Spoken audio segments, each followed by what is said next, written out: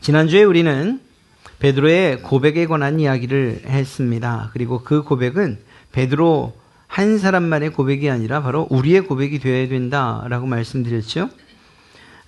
그리고 그 고백과 함께 더불어서 바로 이어서 나온 말씀이 베드로를 향한 예수님의 사탄아 내 뒤로 물러가라 이것이었습니다. 물론 그 과정 가운데에서 베드로가 예수님을 간하여 항변하여 따지듯이 물으며 꾸짖으며 타일러 그러시면 안 됩니다. 죽으시면 안 됩니다. 고난 주님과 상관없습니다. 라는 그러한 의도로 예수님의 이러한 사역을 방해했죠. 그것에 대한 주님의 말씀이 사탄아 내 뒤로 물러가라 라는 그런 말씀이었습니다. 우리는 그 말씀을 보면서 제자에게 너무 심한 말씀 아니었는가 이렇게 이야기했지만 그러나 그렇게 말씀하신 의도가 분명히 있었다는 것을 우리가 지난 시간 살펴봤습니다. 주님께서 베드로를 향해서 하신 말씀은 두 가지였습니다. 내 뒤로 물러가라, 나를 따르라. 이 뒤로 물러가라는 것, 그것은 양과 목자의 관계를 통해서 여러분에게 충분히 말씀드렸죠. 우리가 지켜야 할 자리가 있다라는 것입니다. 양은 양의 자리를 지켜야 되는 거죠. 양이 목자의 역할을 할 수는 없다는 것입니다. 시점도 다르고 관점도 다르고 그리고 계획도 다르고 돌보는 그러한 능력도 다르기 때문에 우리가 목자의 자리, 예수님의 자리, 예수님보다 앞서서 어떠한 일들을 해나갈 수는 없다는 사실들을 여러분과 함께 살펴봤습니다. 또 한 가지는 나를 따르라 였는데 그것은 바로 십자가를 지고 따르라는 그러한 의미, 사진 한 장으로, 그림 한 장으로 충분히 이해가 되리라 생각합니다. 주님 앞에 갈 수는 없습니다. 그리고 아무것도 갖지 않은 채 주님의 뒤를 따를 수는 없습니다. 주님, 우리의 스승 되신 예수 그리스도께서 온 인류를 위한 십자가를 지고 그 희생의 길을 가셨다면 우리 역시 우리에게 맡겨진 우리가 감당해야 될 십자가를 지고 가는 것, 그것은 당연하다라는 사실들을 말씀드렸습니다. 그래서 지난주를 정리해보면 이렇게 말씀드릴 수 있었죠. 성도의 위치, 자리, 그리고 그 자세가 어떠해야 하는가. 예수님보다 앞서지 말라고 주님이 말씀하시는구나.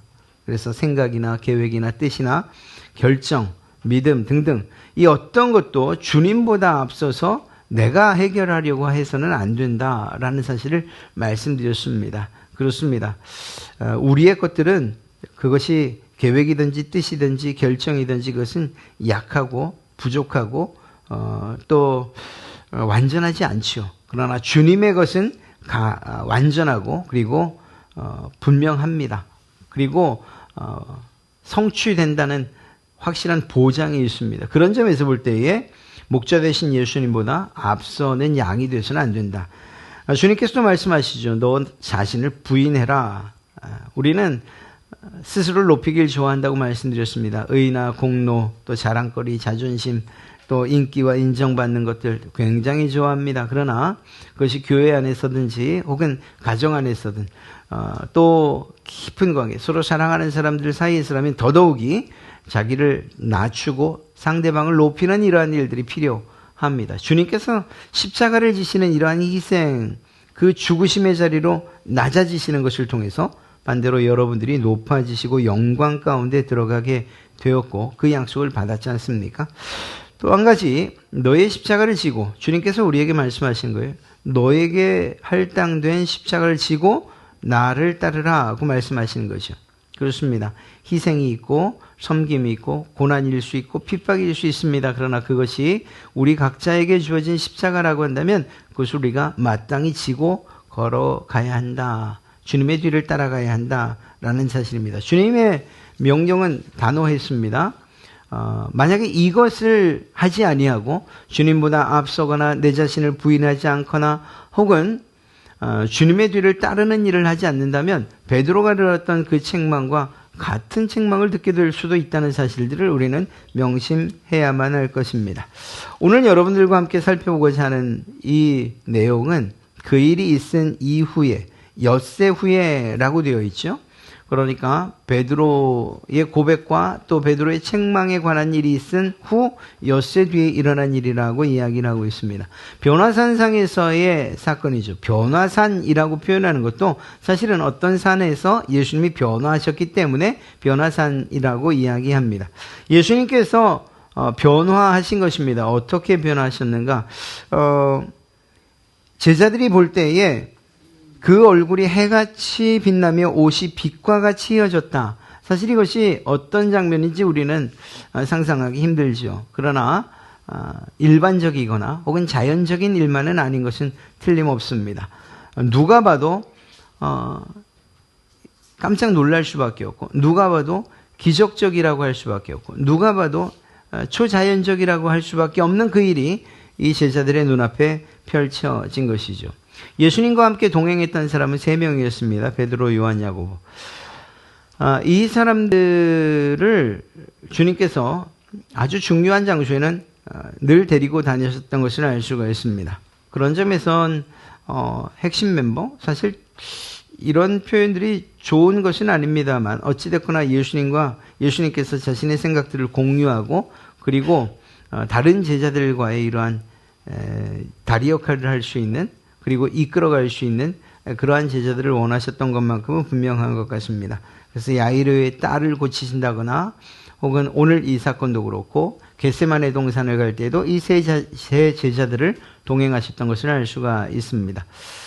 3명의 제자들을 데리고 갔을 때에 그들이 보았던 그 광경은 예수님의 변화뿐만이 아니었습니다. 예수님이 변화하셨고 그 옆에는 2명, 모세와 엘리야로 추정되어지는 그러한 인물들이 있는 것을 보게 됩니다. 모세와 엘리야가 예수와 더불어 말하는 것이 그들에게 보였다. 어떻게 모세고 어떤 사람이 엘리야인지 그것을 구분하는 것, 그건 별로 중요하지 않습니다. 제자들이 볼 때에 예수님 그리고 모세, 엘리야라는 이런 확신이 들었다는 것, 그리고 그 셋이서 무엇인가를 이야기했다는 이 사실인 것이죠. 이 놀라운 광경을 본 베드로가 이 영광스러움, 이 아름다운 이 순간에서 벗어나고 싶지 않았었나 봅니다. 그가 이렇게 이야기를 하죠. 주님, 우리가 초막 셋을 지으면 안 됩니까? 그리고 그곳에 하나는 예수님, 하나는 엘리야, 하나는 모세가 거하시면서 여기서 그냥 좀 살면 안 되겠습니까? 그러고 싶지요. 이렇게 아름다운 그리고 놀라운 장면을 본 일이 없으니까 말입니다. 그리고 이런 상황들이 계속 이어지기를 바라는 그러한 사람의 마음, 그건 누구나 동일할 것 같습니다. 그런데 그때에 하늘에서 그들이 구름에 가리워지고 하늘에서 소리가 납니다. 내 사랑하는 아들, 내 기뻐하는 자라, 너희는 그의 말을 들으라고 하는 이러한 하나님의 음성이 들립니다. 그리고 나서 두려워 떨고 있는 그 제자들을 향해서 예수님께서 두려워하지 말라고 말씀하시는 것, 이것이 오늘 사건에 일어난 전체 내용입니다. 우리는 이 예수님의 변화산상에서의 이 놀라운 사건을 통해서 신앙의 어떤 유익들과 또 가르침을 받을 수 있을까? 저는 2가지 정도를 생각해 보고 있습니다. 첫째는 오직 예수님만, 예수님의 말씀만이 남는다는 것입니다. 더 정확하게 말하면 우리가 따라야 할 것은 오직 예수님 그리고 그분의 말씀이다라는 사실이죠. 여러분, 여기에 나타났던 2 인물, 모세와 엘리야, 그것은 구약 시대를 상징하는 대표적인 인물입니다. 모세는 어떤 사람이었습니까?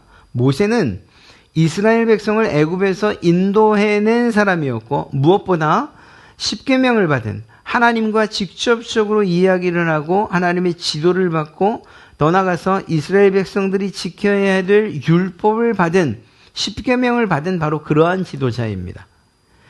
이스라엘 백성들에게 있어서 모세만큼 존경받는 사람이 없죠. 구원해 줬을 뿐만 아니라 그들을 이끌고, 비록 모세 당신은 못 들어갔으나 가나안 땅으로 인도해 간 바로 그 사람이 모세 아니겠습니까? 모세는 백성들을 사랑하는 마음도 끔찍했습니다. 이스라엘 백성들을 그토록 사랑했고, 그리고 그 사랑의 마음을 가지고서 40년 광야길을 함께 걸어갔던 거죠. 그 광야길에서도 놀라운 일들이 참 많습니다. 출발했을 당시에 출발하기 이전에 10가지 재앙도 그랬고, 또 출발한 이후에 애굽 군사들이 따라올 때에 홍해에 수장시킨 그 일도 모세와 관련이 있겠죠. 또 조금 지나서 아말렉과의 전투에서 모세의 손이 들려질 때 이기고 내려질 때 졌던 이러한 놀라운 일들. 또 모세를 통해서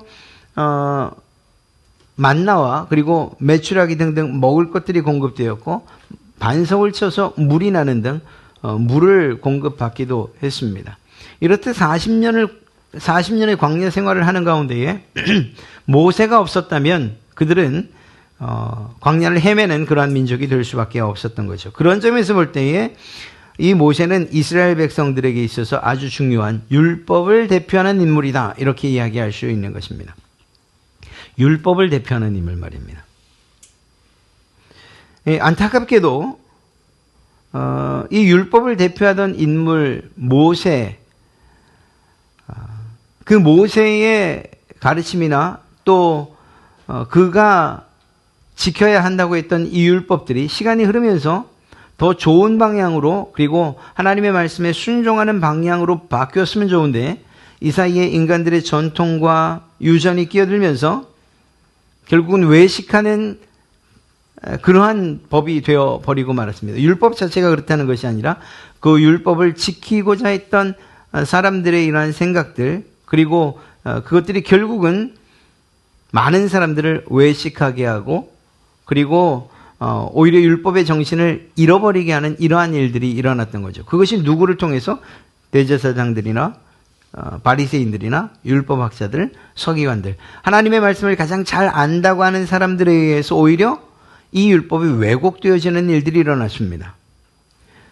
그럼에도 불구하고 모세가 율법을 대표하는 인물이라는 점에서는 다른 이견이 없지요.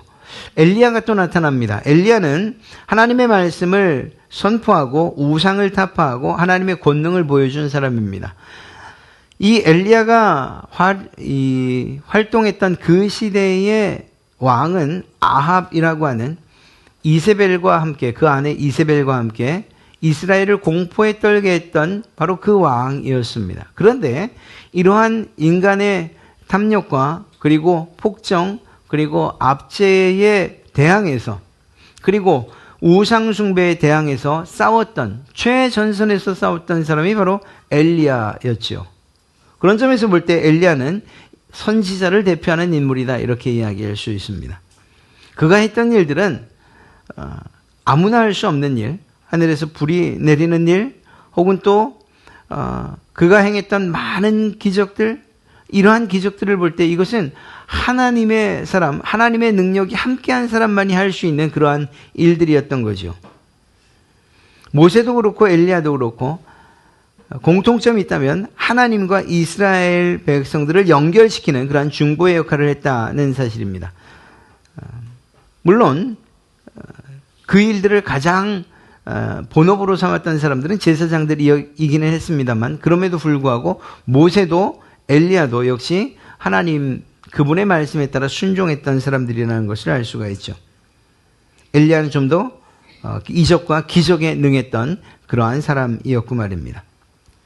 그런데 이 사람들과 이야기를 나누시고, 그리고 베드로의 이러한 초막 셋에 관한 언급이 있은 이후에 모두 사라지고 주님만 남았다는 사실입니다. 그리고 그 주님만 남았을 때에 들려왔던 말씀이 이는 내 사랑하는 아들이요 내 기뻐하는 자니 너희는 그의 말을 들으라고 하는 것이었다는 거죠. 주님만 남았다는 사실에 우리는 집중해야 됩니다. 우리가 지금 이 시대의 생활을 하면서도, 이 당시도 마찬가지였지만 지금 이 시대에도 우리가 올바른 신앙을 갖기 위해서 집중해야 될 그분은 오직 예수 그리스도밖에 없기 때문입니다. 율법, 하나님의 말씀이라고 기록되어 있으나 이 당시의 율법은 참으로 외식적인 신앙생활, 예배나 기도, 봉사생활, 이러한 것들, 혹은 다른 사람들이 나를 어떻게 보는가, 내가 어떤 인정을 받는가 하는 것에 더 초점이 맞춰져 있는 그러한 삶이었고 그러한 신앙생활이었습니다. 그러다 보니까 금식을 할 땐 금식하는 사람들의 모습을 가지고서 그렇게 꾀지지한, 그리고 며칠 굶은 듯한, 불쌍한 듯한 표정을 지으면서, 기도를 할 때는 사거리에 나가서 내가 지금 기도하고 있습니다 라고 하는 사실들을 모든 사람들이 알 수 있도록 그렇게 두 손을 들고 큰 소리로 기도하는 이런 일들이 있었던 것이죠. 하나님보다 사람들에 집중했던 신앙생활을 했던 것, 그것이 하나님의 율법의 본뜻을 잊은, 자신들의 생각과 그리고 자기들의 경험에 집착했던 결과, 장로들의 유전과 전통에 집착했던 결과가 이렇게 나타났던 것입니다. 오늘날은 어떨까요? 그렇죠. 동일합니다. 우리의 예배가 누군가에게 보여지기 위한 예배가 아닌가. 또 우리가 드리는 기도나 우리가 하는 봉사 활동이 내 만족 혹은 또 다른 사람들에게 인정받고 칭찬받기 위한 것은 아닌가 하는 것을 생각해 봐야 되는 거죠. 가장 중요한 이 예배의 시간조차도 내가 정말 하나님과의 깊은 교제, 하나님을 사랑하기 때문에 드리는 예배인지, 아니면 누군가에게 또 혹은 내가 예배 드리고 있습니다 라고 하는 이 사실들을 보이기 위해서 하는 것은 아닌가. 예배도 그렇다면 기도도 그렇고 봉사도 마찬가지죠. 이렇게 다른 사람들을 의식해서 다른 사람들의 인정에 갈급한 마음으로 드려지는 것들, 그것은 하나님께서 기뻐하시지 않는다. 이것은 정말 사라져버려야만 할 것들이라는 사실들을 우리가 명심해야 되는 것입니다. 기복적인 신앙도 마찬가지입니다. 예수님을 믿는 이유와 신앙하는 목적이 내 삶의 윤택함과 풍요로움 때문이다, 세상의 성공만을 위한 것이다 라고 한다면, 그렇다면 그건 역시 사라져야 할 것들이라는 사실들을 우리는 기억해야 됩니다. 우리가 하나님의 말씀을 아는 것 중요하고, 그리고 그 말씀이 잘 정리되어 있는 교리를 공부하는 것도 중요합니다만, 그러나 이것들이 주님께서 우리에게 주시는 이 말씀을, 그리고 또 그 말씀에 대한 순종을 뛰어넘어서 이것이 내 자랑이 되어진다라고 한다면, 그러면 이것도 잠시 멈추는 지혜가 우리에게 필요할 것이라는 것입니다. 하나님의 말씀을 공부하고 또 알기 위해서 노력하는 일들이 중요하지 않다는 것이 아니라, 그것이 내 자랑이 되기 시작한다면 그때는 잠시 멈춰야 된다는 거예요. 그리고 그 마음이 좀 사라지고, 정말 내 영혼을 위한, 그리고 내 가족이나 혹은 내 공동체를 위한 이러한 연구와 노력해야 된다. 이것이 다시금 그 자리를 찾으면 다시 공부하셔도 됩니다. 이렇듯이 이러한 율법을 가지고서 율법을 이야기하는 이 모세, 율법이 대표하는 오늘날 나타나는 신앙의 현상들을 바라보면 이러한 것들이 있을 수 있는데, 이것들이 우리의 신앙을 주도해 가도록 두어서는 안 된다라는 사실입니다.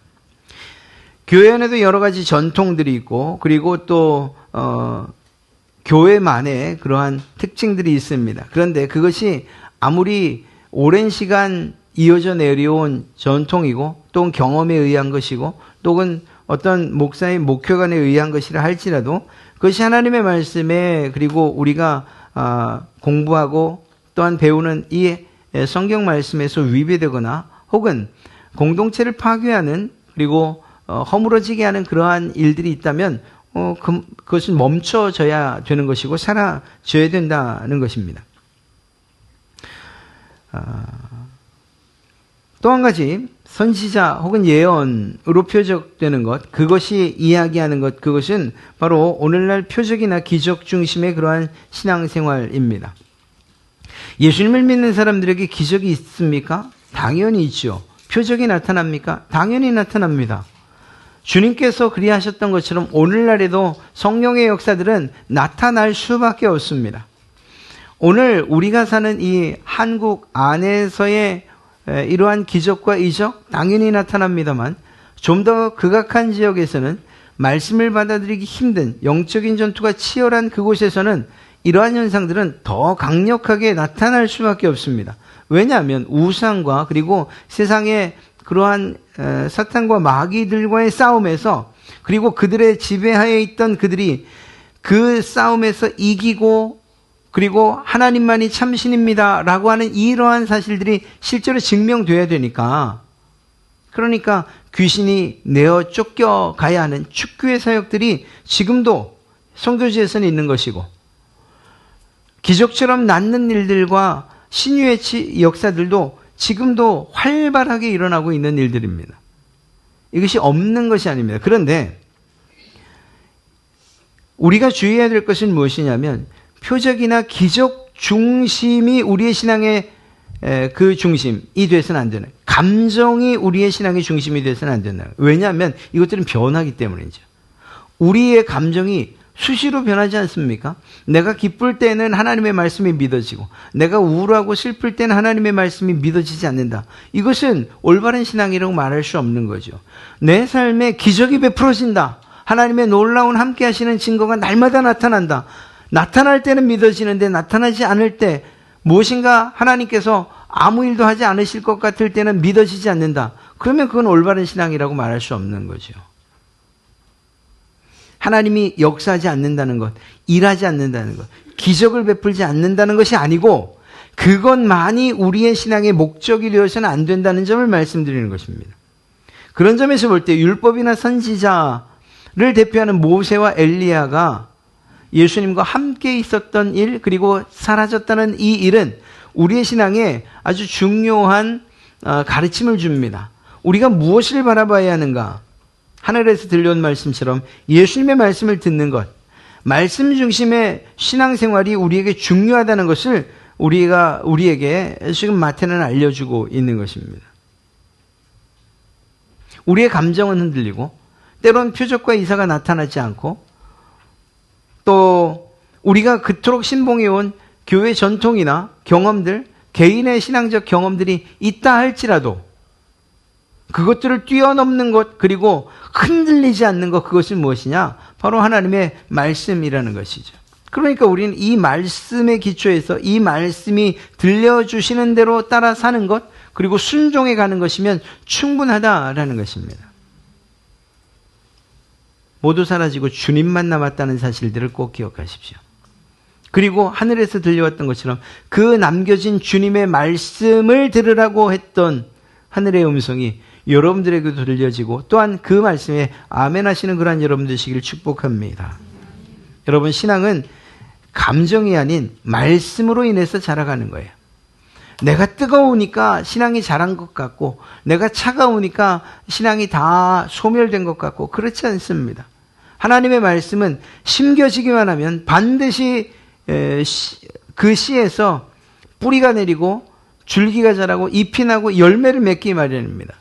말씀이 중요하다는 사실입니다. 이 말씀이 여러분들의 귀에 들려지고 마음에, 여러분의 좋은 밭에 심겨질 수 있도록 우리는 기도해야 되고, 그것을 성령 하나님께 요청해야 되는 것입니다. 그것이 우리가 예배 전에 우리가 찬송을 통해서, 그리고 기도를 통해서 해야 될 일들인 것이죠. 오늘도 말씀이 떨어지는데, 오늘도 말씀이 뿌리시는데 그 말씀이 열매 맺을 수 있도록 주님 도와주십시오. 이것이 우리의 기도여야 한다는 것입니다. 최종적으로 완전한 것이 무엇이냐? 하나님의 말씀입니다.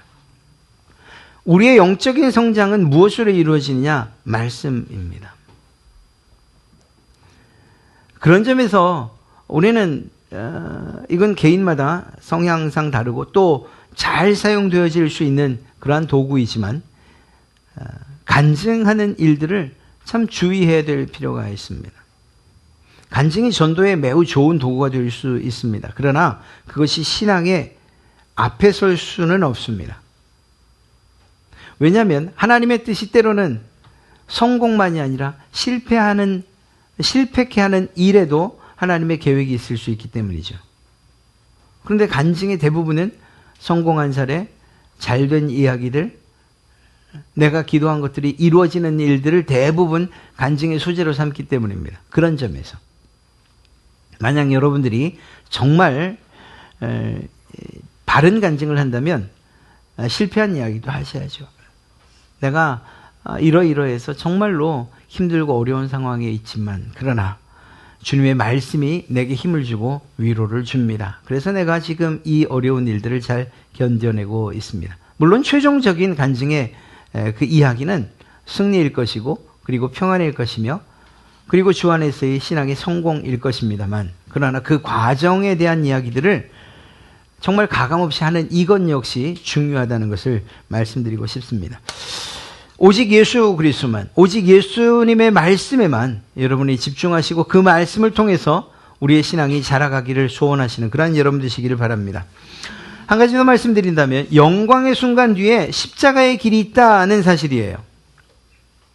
로마서 8장 17절의 말씀을 보면 그리스도와 함께 영광을 받기 원하십니까? 그러면 그와 함께 고난도 받아야 할 것이라고 이야기하고 있죠. 오늘 이 말씀이 오늘 이 사건이 어떤 내용 이후에 있었던 일이라고요? 베드로가 자기의 신앙 고백을 한 이후에 예수님께서 예루살렘으로 올라가서 어떤 고난과 어떤 죽음을 맞이해야 될 것을 이야기한 다음에 이 일이 있었다고 말씀드렸죠. 베드로의 마음에는 어쩌면 이런 생각도 있었을 것입니다. 지금 주님께서 얼마 전에 말씀하셨던 그 고난과 죽음, 그거 없으면 좋겠다. 그냥 이 영광의 시간만 계속되면 좋겠다는 생각이 있어서 초막셋을 짓겠다고 했을지도 모릅니다. 아니, 그랬을 것 같습니다. 변화산 영광 후에 고난과 희생 십자가의 길이 기다리고 있다는 사실을 알았기 때문에 거기에서 떠나고 싶지 않았던 것, 그것이 베드로의 솔직한 심정이 아니었겠습니까? 그런데 주님은 그렇게 말씀하셔요. 12절에 인자도 이와 같이 그들에게 고난을 받으리라. 내려가자. 고난과 희생 혹은 헌신, 인내 이러한 것이 없는 영광만 있는 신앙의 길은 없다는 사실을 꼭 기억하십시오. 사실 이것은 신앙적인 교훈만은 아니에요. 세상에서도 그래요. 흘린 땀이 없는데 어떻게 성공할 수 있겠습니까? 열심을 다해서 공부하지 않았는데 어떻게 성적이 좋을 수 있겠습니까? 최선을 다하지 않았는데 원하는 일들이 이루어진다면 그거야말로 정말 사기죠. 도적질이죠. 세상도 무엇인가를 얻기 위해서는 투자해야 되는 시간이 있고 노력이 있고 흘려야 되는 땀이 있고 눈물이 있어요. 신앙의 길도 마찬가지 아니겠습니까? 주님께서 십자가에 매달리셔야만 했던 이유, 그 십자가에 자기의 몸을 스스로 내던지실 수밖에 없었던 그 이유, 그것이 고통이고 고난이고 죽음이며 희생이라는 사실을 몰라서가 아니라 그 희생 끝에 죽음이 있어야 부활이 있다는 사실을 주님은 아셨고, 그 부활을 통해서 영광의 자리에 오를 때에 주님을 믿었던 모든 사람들도 그 영광의 자리에 함께 있을 수 있다는 사실을 주님께서 아셨기 때문에, 그 계획이 주님에겐 분명히 있었기 때문에 십자가의 길을 거절하지 아니고 마다하지 않고 가셨던 것이죠. 이것은 주님에게만 아니라 주님을 따르는 우리에게도 마찬가지입니다. 고난이나 희생이나 헌신이나 인내 등등 이러한 것들이 없이 영광만 있는 신앙의 길을 추구한다면 그것이야말로 사이비입니다.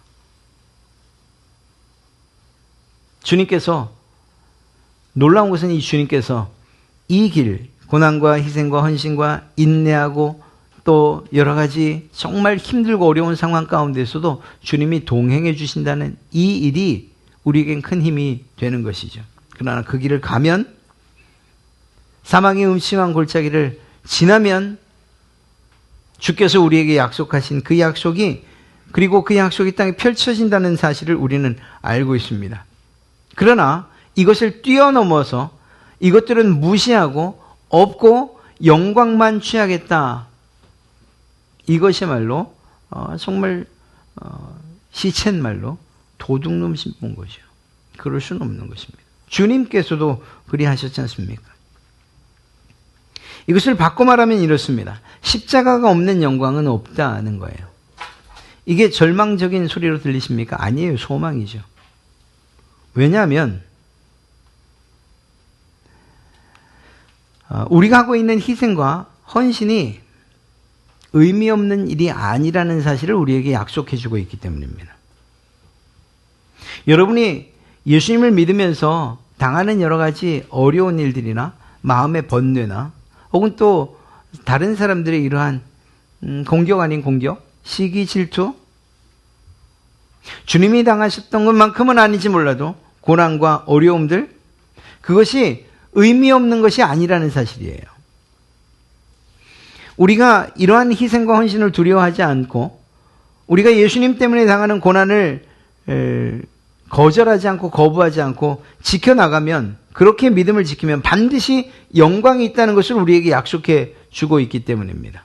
주님께서 보여주신 그 영광스러운 장면이 어디에서 다시 나타납니까? 요한계시록에서 다시 나타나잖아요. 그때보다 더 놀라운 광경으로 나타납니다. 지금은 베드로, 요한, 야고보가 변화된 예수님이 예수님인 줄 알고 그렇게 쳐다볼 수나 있었죠.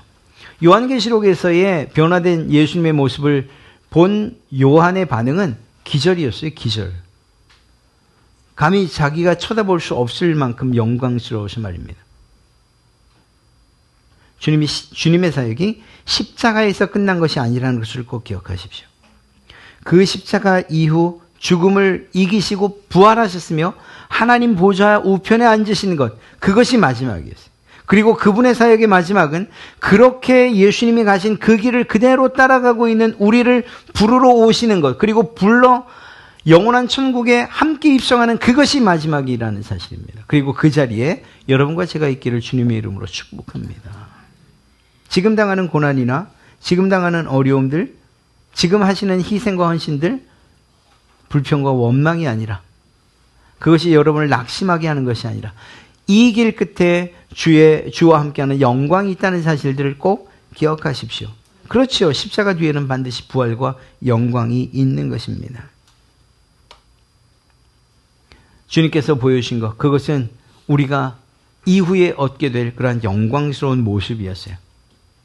그런데 그것은 우리가 이 세상을 살아갈 때에 소망으로 삼아야 되는 것이지, 그것이 목표가 되어서는 안 된다는 것이죠. 그것이 목표가 되는 순간 고난도 싫고 또 절망이나 희생이나 헌신이나 인내, 이것도 싫고 그저 영광만 원한다, 복만 원한다, 축복만 원한다, 건강만 원한다, 돈이면 충분하고 모든 일들이 만사 형통하기를 원한다. 이게 잘못되면 주님께서 우리에게 가게 하신 그 길을 벗어나도 너무 벗어나는 그러한 길을 우리가 갈 수 있게 될 수 있다는 것, 그것을 명심해야 될 것입니다. 주님께서 이렇게 변화산에서 나타나신 이 모습을 통해서 우리는 두 가지, 예수님만 온전히 신뢰하고 온전히 바라봐야 돼, 그분의 말씀에 집중하는 그러한 신앙의 삶을 살아야 된다는 것을 꼭 기억하십시오. 아울러 주님께서 가신 그 길이 비록 고난의 길이었지만 그 길 끝에 영광의 순간과 영광의 자리가 있다는 것, 그리고 그 길을 따라 걷는 우리들 역시 주님의 그 영광에 동참하고 참여하게 될 것이라는 사실들을 소망하시면서 우리의 지금의 길을 걸어가시는 그러한 여러분 되시기를 주님의 이름으로 축복합니다.